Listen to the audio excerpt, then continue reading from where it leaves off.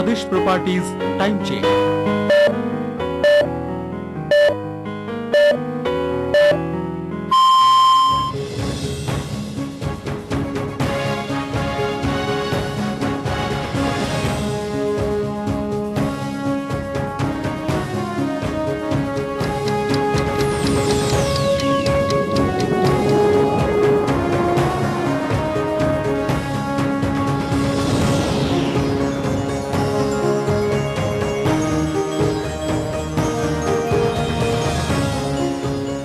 আসসালামু আলাইকুম, আমন্ত্রণ বাংলাদেশের সংবাদে আপনাদের সাথে আছি জেবা রহমান। শুরুতে পায়োনিয়ার এফএম সংবাদ শিরোনাম। বেগম জিয়ার সঙ্গে সাক্ষাৎ শেষে সন্ত্রাসী হামলায় গুলিবিদ্ধ রিয়াজ রহমান। অস্ত্রোপচারের পর শঙ্কামুক্ত। হামলার প্রতিবাদে কাল সারা দেশে সকাল সন্ধ্যা হরতালের ডাক 20 দলের। মানুষের ধাওয়া খেয়ে অবরোধ তুলে নেবে বিএনপি, বলেন আওয়ামী লীগ নেতারা। সন্ত্রাসের পথ পরিহার করলে হতে পারে সংলাপ, আভাস এইচটি ইমামের। অবরোধে স্থলবন্দরগুলোতে স্থবিরতা, কোটি টাকার লোকসানে ব্যবসায়ীরা। বিপর্যস্ত ট্রেনের শিডিউল, সীমাহীন দুর্ভোগ, অনিশ্চিত সময়ের ফাঁদে যাত্রীরা। ব্যক্তি বা গোষ্ঠীর স্বার্থ নির্ভরতা নয়, ছাত্র রাজনীতিকে আদর্শিক ও গণমুখী করার পরামর্শ রাষ্ট্রপতির। ঢাকা বিশ্ববিদ্যালয়ের সমাবর্তন অনুষ্ঠিত। শুনছিলেন পায়োনিয়ার শিরোনাম, এবার বিস্তারিত। বিএনপি চেয়ারপারসন বেগম খালেদা জিয়ার উপদেষ্টা ও সাবেক পররাষ্ট্র প্রতিমন্ত্রী রিয়াজ রহমানের উপর মঙ্গলবার রাতে গুলিবর্ষণ করে দুর্বৃত্তরা। তাকে হাসপাতালে ভর্তির পর অস্ত্রোপচার করা হয়েছে। এখন তিনি আশঙ্কামুক্ত। হামলার নিন্দা জানিয়েছেন বেগম জিয়া। প্রতিবাদে সারা দেশে বৃহস্পতিবার সকাল সন্ধ্যা হরতাল ডেকেছে 20 দলীয় জোট। মঙ্গলবার রাতে বেগম খালেদা জিয়ার সাথে দেখা করে ফেরার পথে তাকে গুলি করে দুর্বৃত্তরা। গুরুতর আহত অবস্থায় রাজধানীর ইউনাইটেড হাসপাতালে ভর্তি করা হয় তাকে। তার শরীরে 4টি গুলি লেগেছে বলে জানা গেছে। তাকে অস্ত্রোপচারের পর নিবিড় পর্যবেক্ষণে রাখা হয়েছে। তিনি আশঙ্কামুক্ত বলে জানিয়েছেন রিয়াজ রহমানের মেয়ে। প্রত্যক্ষদর্শীরা জানান, গুলশান 2 নম্বর এলাকায় ওয়েস্টিন হোটেলের পাশে কয়েকজন যুবক মোটরসাইকেলে গিয়ে রিয়াজ রহমানের গাড়িতে পেট্রোল বোমা ছোড়ে। তার গাড়িতে আগুন ধরে যায়। পরে তাকে গুলি করে পালিয়ে যায় দুর্বৃত্তরা। পুলিশ রিয়াজ রহমানকে উদ্ধার করে ইউনাইটেড হাসপাতালে নিয়ে যায়। রিয়াজ রহমানের শরীরে অস্ত্রোপচার চালানো হয়। এরই মধ্যে ঘটনাস্থল পরিদর্শন করেছেন আইনশৃঙ্খলা বাহিনীর ঊর্ধ্বতন কর্মকর্তা। তাৎক্ষণিক এক বিবৃতিতে বেগম খালেদা জিয়া হামলাকারীদের দৃষ্টান্তমূলক শাস্তির দাবি জানিয়েছেন। তিনি বলেন, এ ধরনের হামলা করে নেতাকর্মীদের ভয় ভীতি দেখানো হচ্ছে। হামলার প্রতিবাদে আরেক বিবৃতিতে 20 দলীয় জোটের পক্ষ থেকে সারা দেশে বৃহস্পতিবার সকাল সন্ধ্যা হরতাল ডাকা হয়। বাবা শুয়ে আছে, বিছানায় অনেক মানুষ আসছে, প্রত্যেকটা খবর কাগজ আমাকে ফোন করতেছে, আমি শুনছি আমার বাবাকে 4 বার গুলি মারছে, 4 বার গুলি মারছে। আরে ভাই কি রে ভাই, ডক্টর বলছে আমরা এক্সরে দেখছি, সমস্যাটা কি ধরে নাই, বার করবে। If they wanted to kill him, they would have killed him. That is the law.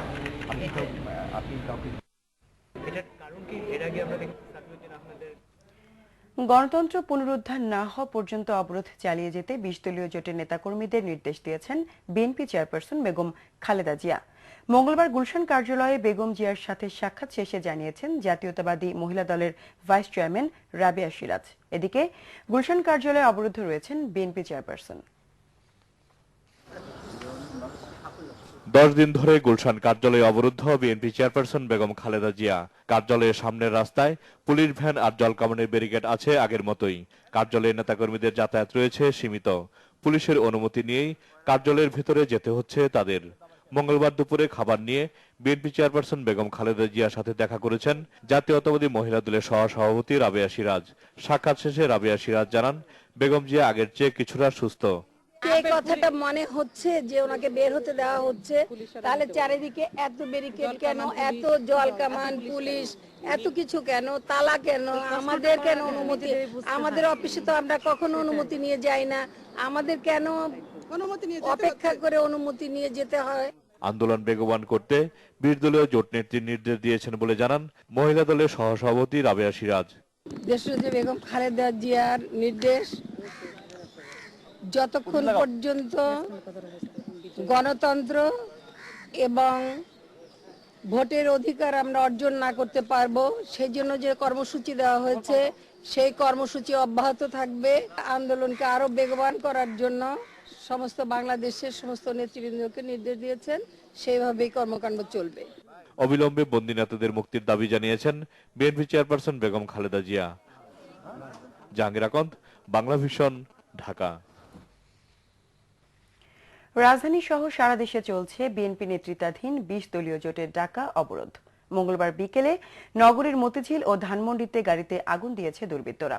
এদিকে বেগম খালেদা জিয়াকে অবরুদ্ধ এবং নেতাকর্মীদের গ্রেফতারের প্রতিবাদে অবরোধের পাশাপাশি 7 জেলায় পালিত হয়েছে 20 দলের সকাল সন্ধ্যা হরতাল। বিস্তারিত ডেস্ক রিপোর্টে। মঙ্গলবার বিকেলে রাজধানীর মতিঝিল ও ধানমন্ডিতে গাড়িতে আগুন দিয়েছে দুর্বৃত্তরা। ঘটনায় কাউকে আটক করতে পারেনি পুলিশ। এছাড়া অবরোধে রাজধানী ছেড়ে যায়নি দূরপাল্লার কোনো বাস। সোমবার রাতে চট্টগ্রামের মিরসরাইয়ের জোরারগঞ্জ এলাকায় দুর্বৃত্তরা ট্রাকে পেট্রোল বোমা ছুঁড়লে ট্রাকের যাত্রী এনামুল হক গুরুতর আহত হন। রাতে চিকিৎসাধীন অবস্থায় তিনি মারা যান। এ ঘটনায় নুরুল ইসলাম শিমুল নামে এক যুবককে আটক করা হয়েছে। রংপুরের কেন্দ্রীয় বাস টার্মিনাল ও রংপুর ঢাকা মহাসড়কে পেট্রোল ঢেলে বিক্ষোভ করেছে শিবির কর্মীরা। জেলার বিভিন্ন স্থান থেকে 37 জনকে আটক করা হয়েছে। পিকেটিং ও বাস ভাঙচুরের মধ্য দিয়ে অনেকটা স্বাভাবিকভাবেই চলছে বরিশাল জেলার অবরোধ। অভ্যন্তরীণ 18টি রুট ছাড়াও দূরপাল্লার বাস ও লঞ্চ চলাচল স্বাভাবিক রয়েছে। অবরোধের সমর্থনে রাজশাহীতে বিক্ষোভ মিছিল ও পথসভা করেছে জাতীয়তাবাদী আইনজীবী ঐক্য পরিষদ। দুপুরে রাজশাহী কোর্ট এলাকায় বিক্ষোভ মিছিলটি কোর্ট চত্বর পরিদর্শন ও সমাবেশ করে। এছাড়া সকালে ইসলামী ছাত্র শিবির নগরীর হাদির মোড় থেকে কেদুর মোড় এলাকা পর্যন্ত বিক্ষোভ মিছিল করে, পরে পথসভা করে। অন্যদিকে রাজশাহী মহানগরীর খড়খড়ি বাইপাস থেকে 32টি ককটেল ও 10টি দেশি অস্ত্র উদ্ধার করেছে র্যাব। বগুড়ায় অবরোধের পাশাপাশি টানা 60 ঘন্টার হরতাল পালিত হয়েছে। সকালে পুলিশের বাধা উপেক্ষা করে অবরোধ হরতালের সমর্থনে নবাববাড়ি সড়ক থেকে যুবদল বিক্ষোভ মিছিল বের করে। পরে কালীবাড়ি মোড়ে সমাবেশ হয়। চাঁপাইনবাবগঞ্জ সোরা মসজিদ সড়কের বিভিন্ন স্থানে গাছের গুঁড়ি ফেলে সড়ক অবরোধ ও গোমস্তাপুরের ট্রাকে আগুন দেয় অবরোধকারীরা। জয়পুরহাট সদর উপজেলার কুটিবাড়ি এলাকায় বাঁশ বোঝাই ট্রাকে আগুন দেয় অবরোধকারীরা। নাশকতার আশঙ্কায় জেলার বিভিন্ন স্থান থেকে 5 জনকে আটক করে পুলিশ। নোয়াখালীতে বিএনপির ডাকা সকাল সন্ধ্যা হরতাল শান্তিপূর্ণভাবে পালিত হয়েছে।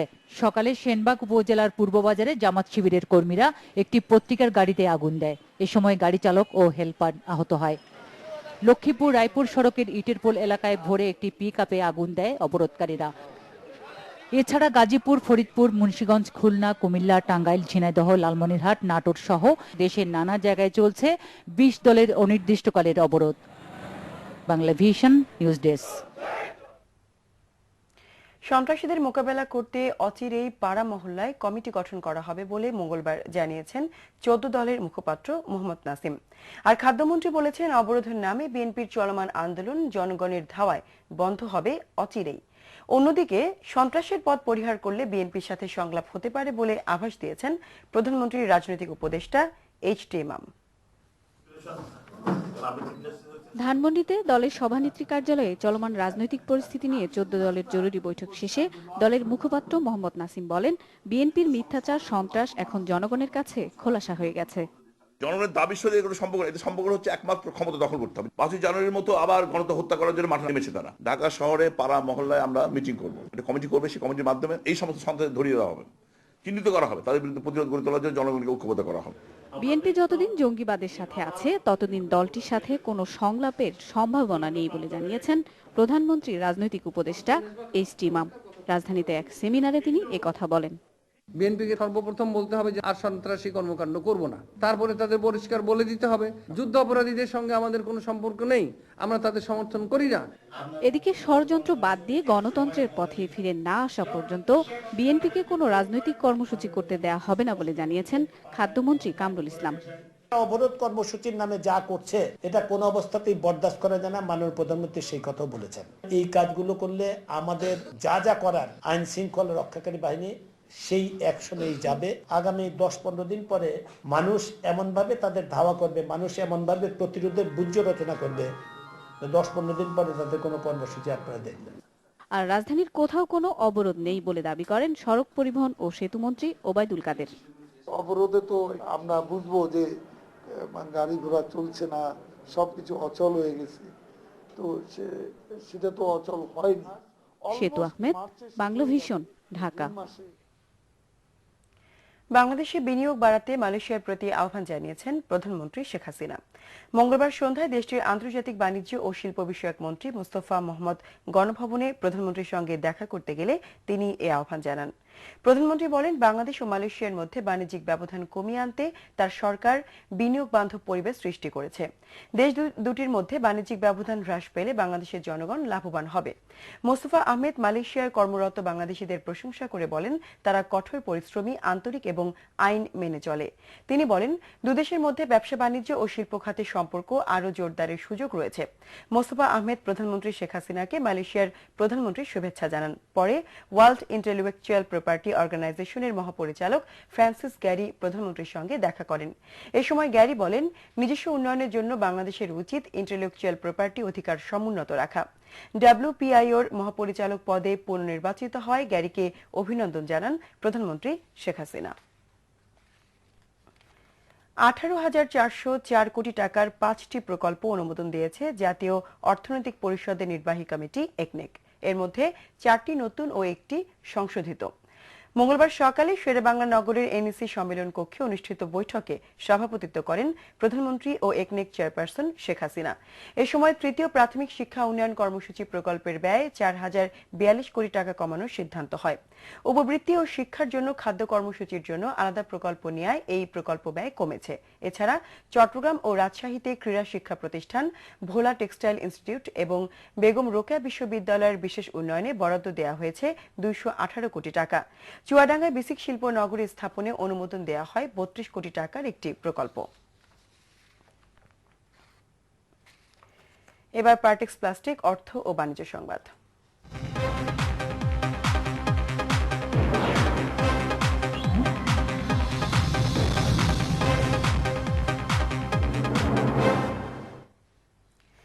টানা অবরোধে দেশের বিভিন্ন স্থলবন্দরে কার্যক্রমে নেতিবাচক প্রভাব পড়েছে।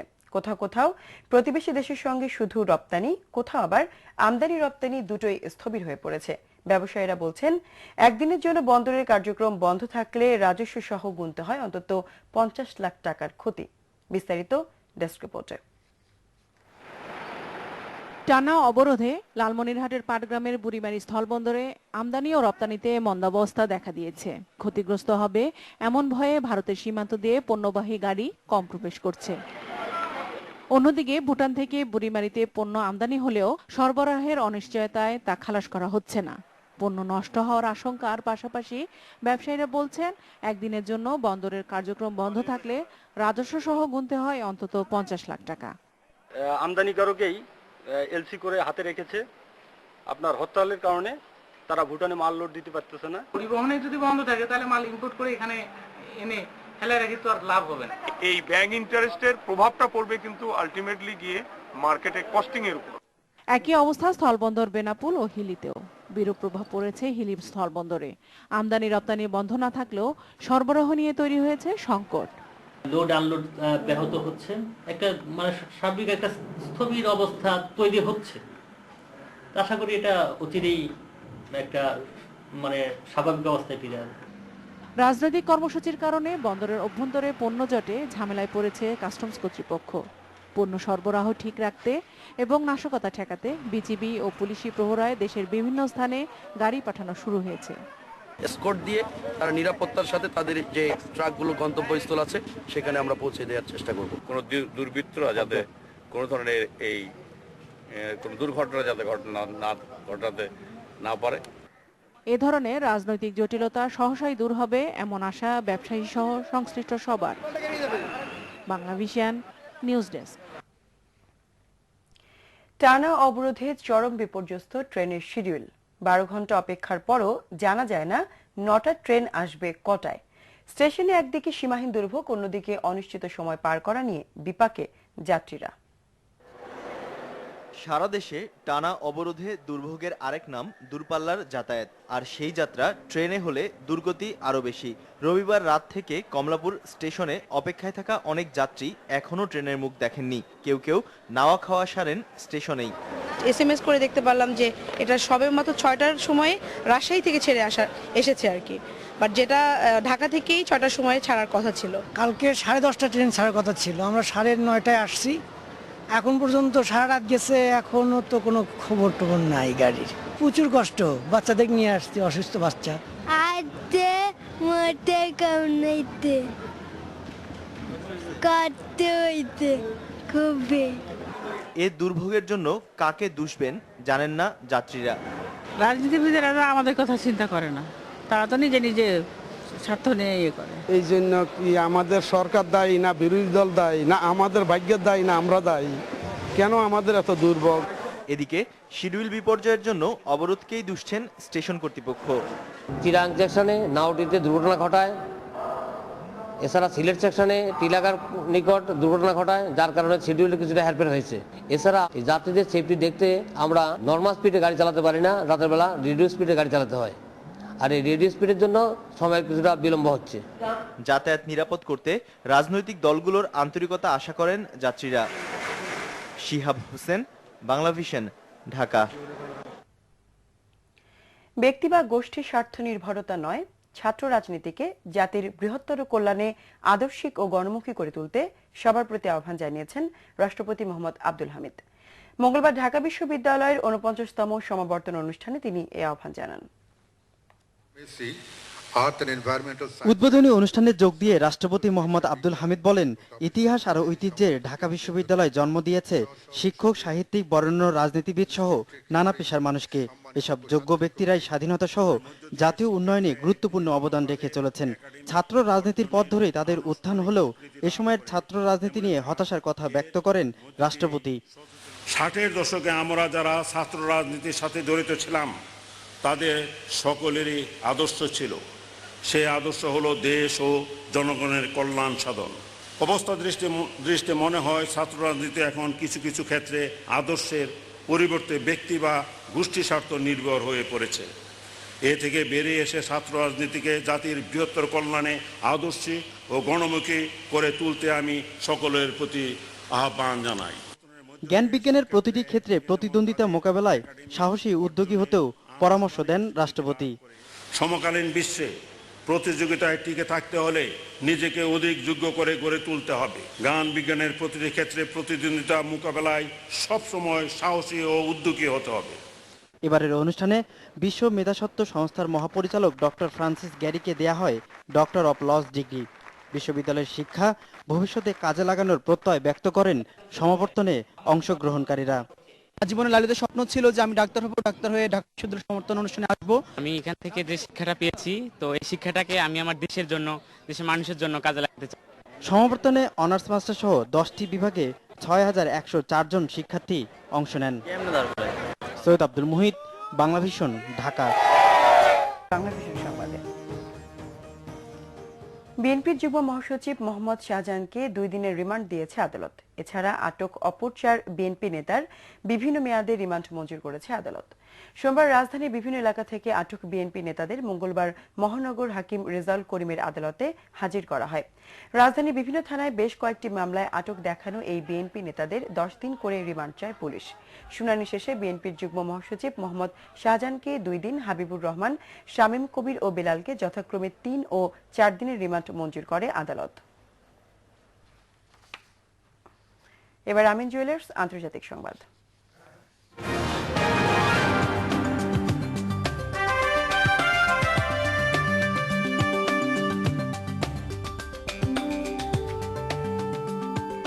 যুক্তরাষ্ট্রের সাইবার নিরাপত্তা আইন আরও কঠোর করার প্রস্তাব দিয়েছেন মার্কিন প্রেসিডেন্ট বারাক ওবামা।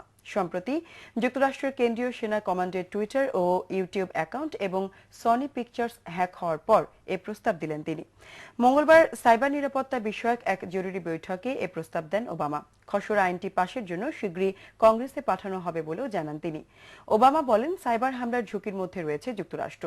এর আগেও বেশ কয়েকবার আইনটি কঠোর করার প্রস্তাব দেওয়া হয়েছে, কিন্তু মার্কিন নাগরিকদের ব্যক্তি স্বাধীনতায় হস্তক্ষেপের অজুহাতে আইনটি পাশে বাধা দেয় রিপাবলিকান পার্টি।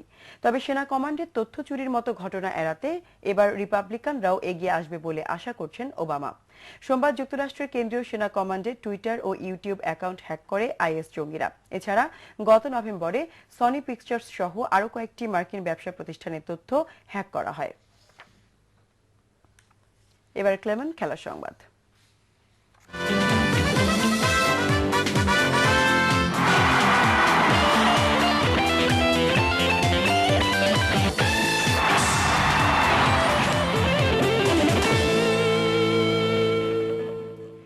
টাইগারদের বিশ্বকাপের প্রস্তুতি বেশ জোরে সোরেই শুরু হয়েছে। দ্বিতীয় দিনে ব্যাটে বলে অনুশীলনে বেশি গুরুত্ব দেওয়া হয়েছে। অনুশীলন শেষে মিডিয়ার মুখোমুখি হয়ে বিশ্বকাপে ভালো পারফরম্যান্সের দৃঢ় প্রত্যয় ব্যক্ত করেছেন ওপেনার এনামুল হক বিজয় ও সৌম্য সরকার। জিম্বাবুয়ের বিপক্ষে ওয়ানডে সিরিজের আত্মবিশ্বাসে উজ্জীবিত হয়েই বিশ্বকাপের প্রস্তুতি শুরু করেছে বাংলাদেশ দল। ওপেনার এনামুল হক বলেছেন, জিম্বাবুয়ের বিপক্ষে পাওয়া আত্মবিশ্বাস দলকে বাড়তি প্রেরণা যোগাচ্ছে। দলের বেশ কয়েকজন ক্রিকেটার 2012 সালে অস্ট্রেলিয়ায় অনূর্ধ্ব 19 বিশ্বকাপে খেলেছে, তাই সেখানকার কন্ডিশন ও উইকেট নিয়ে দুশ্চিন্তা নেই এনামুলের। বড় স্কোরের জন্য নতুন বলে উইকেটে টিকে থাকার উপর প্রস্তুতিতে বাড়তি গুরুত্ব দেওয়ার কথা জানিয়েছেন এনামুল। দলের আরেক তরুণ ক্রিকেটার সৌম্য সরকার বলেছেন, ব্যাটিং বোলিং যে বিভাগেই হোক নিজের সেরাটা দিতে প্রস্তুত হচ্ছেন। অস্ট্রেলিয়ার বাউন্সি উইকেটে ভালো করার লক্ষ্যে শর্ট বলে অনুশীলনে বেশি গুরুত্ব দেওয়া হচ্ছে বলে জানিয়েছেন সৌম্য। উইকেটটা বলতে পারেন যে হ্যাঁ, যেরকম মনে করি আমরা, যেরকম থাকে যে নাকের উপর দিয়ে বল যাবে এরকম কিছুই হবে না আমি মনে করি। আল্লাহর যে খেলা তো আমরা দেখছি, বিগ ব্যাশের খেলা দেখছি, তারপরে আপনার ইন্ডিয়া অস্ট্রেলিয়ার খেলা দেখছি, তো ইভেন হবে এবং নিজেকে ট্রাস্ট করা যে হ্যাঁ আমরা পারবো। আমি যখন ব্যাটিং করি তখন ভাবি আমি ব্যাটসম্যান, যখনই আমি হাতে বল নেই তখন ভাবি বোলার। তা যখন যেটা আমি সুযোগ পাবো চেষ্টা করব ভালো কিছু করার জন্য। সেখানে খেলার অভিজ্ঞতা যেহেতু আছে, সেটা আমাদের 19 ওয়ার্ল্ড কাপ ছিল, এটা মেন বিশ্বকাপ মানে সিনিয়র ওয়ার্ল্ড কাপ। অভিজ্ঞতা যেহেতু আছে, অভিজ্ঞতাটাই কাজে লাগানোর চেষ্টা করব। সংবাদ শেষ করব পায়োনিয়ার ইন্স্যুরেন্স সংবাদ শিরোনামগুলো আরেকবার জানিয়ে। বেগম জিয়ার সঙ্গে সাক্ষাৎ শেষে সন্ত্রাসী হামলায় গুলিবিদ্ধ রিয়াজ রহমান। অস্ত্রোপচারের পর শঙ্কামুক্ত। হামলার প্রতিবাদে কাল সারা দেশে সকাল সন্ধ্যা হরতালের ডাক 20 দলের। মানুষের ধাওয়া খেয়ে অবরোধ তুলে নেবে বিএনপি বলেন আওয়ামী লীগ নেতারা। সন্ত্রাসের পথ পরিহার করলে হতে পারে সংলাপ, আভাস এইচটি ইমামের। অবরোধে স্থলবন্দরগুলোতে স্থবিরতা, কোটি টাকার লোকসানে ব্যবসায়ীরা। বিপর্যস্ত ট্রেনের শিডিউল, সীমাহীন দুর্ভোগ, অনিশ্চিত সময়ের ফাঁদে যাত্রীরা। ব্যক্তি বা গোষ্ঠীর স্বার্থ নির্ভরতা নয়, ছাত্র রাজনীতিকে আদর্শিক ও গণমুখী করার পরামর্শ রাষ্ট্রপতির। ঢাকা বিশ্ববিদ্যালয়ের সমাবর্তন অনুষ্ঠিত। দর্শক, এ ছিল এখনকার মতো। পরের সংবাদ সকাল 10টায়। এর আগে 9টায় রয়েছে নিউজ টপ 10, দেখার আমন্ত্রণ রইল। এছাড়া দেশ বিদেশের সবচেয়ে সংবাদ সবার আগে জানতে আপনার গ্রামীণফোন বাঙালি ও এয়ারটেল থেকে ডায়াল করুন 1616 এই নম্বরে। এতক্ষণ সঙ্গে থাকার ধন্যবাদ সবাইকে।